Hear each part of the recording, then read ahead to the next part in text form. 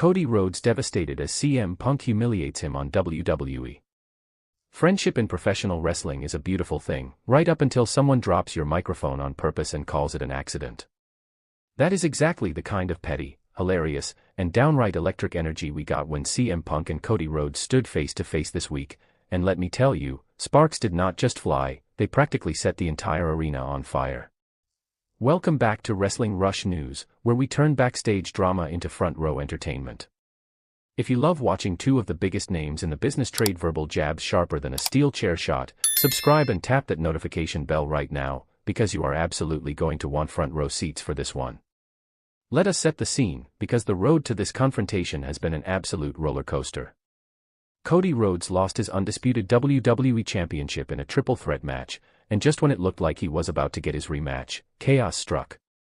Gunther, never one to miss an opportunity to ruin someone's night, attacked Rhodes right before his title opportunity, leaving him unable to compete.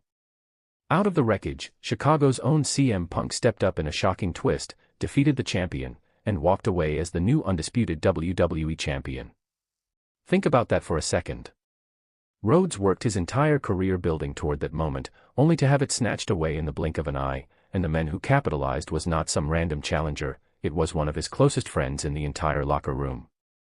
So when Punk rolled onto SmackDown sporting that shiny new title, everyone knew a confrontation with Rhodes was inevitable. Punk started calling out names left and right, dropping challengers like he was reading off a hit list, mentioning Gunther, Sami Zayn, Finn Balor, and a handful of other hungry SmackDown stars. But here is the twist that had the entire crowd buzzing. He never once said Rhodes' name. And in classic wrestling fashion, that silence was louder than any insult could have been. Rhodes marched out completely uninvited, and the temperature in that arena shot up instantly.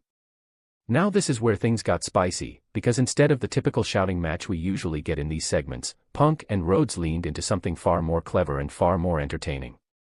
Picture two old friends who genuinely respect each other, yet both know deep down that a fight is unavoidable.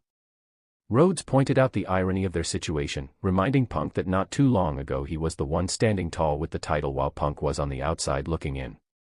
Punk shot back with some classic straight-edge sarcasm, mentioning how championship opportunities have a funny way of falling out of the sky right into his lap.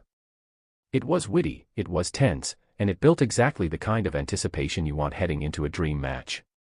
But then, right when things seemed to be building toward mutual respect, the pettiness kicked in, and this is where the real humiliation began.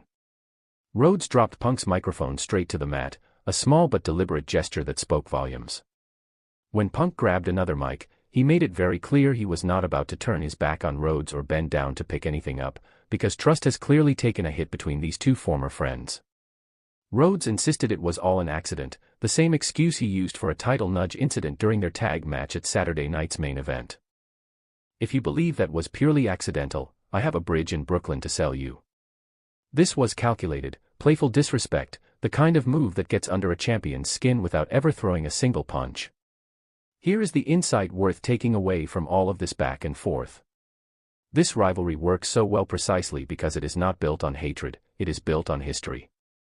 These two men have known each other for years, they have shared locker rooms, storylines, and mutual respect, and now they are being forced into a collision course that neither of them can avoid. That combination of friendship and inevitable conflict creates a different kind of tension than your typical grudge match. It is less about who hates who, and more about who is willing to do whatever it takes to win, even against someone they genuinely care about. By the time SmackDown general manager Nick Aldis made their SummerSlam showdown official, both men had already said everything that needed to be said without throwing a single blow. Rhodes demanded his own entrance music play as he left the ring, a clear statement of intent about exactly what kind of celebration he is planning when he wins back his championship.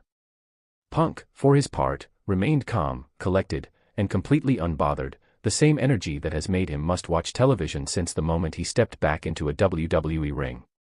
So as SummerSlam approaches in Minneapolis, we are looking at a genuine dream match nearly 2 decades in the making. Two former champions, 5 combined title reigns between them, and a rivalry built on mutual respect that has somehow curdled into something far more personal.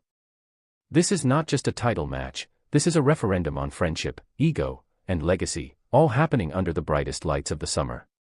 That wraps up today's breakdown here at Wrestling Rush News. Thank you so much for watching, and we will see you in the next one.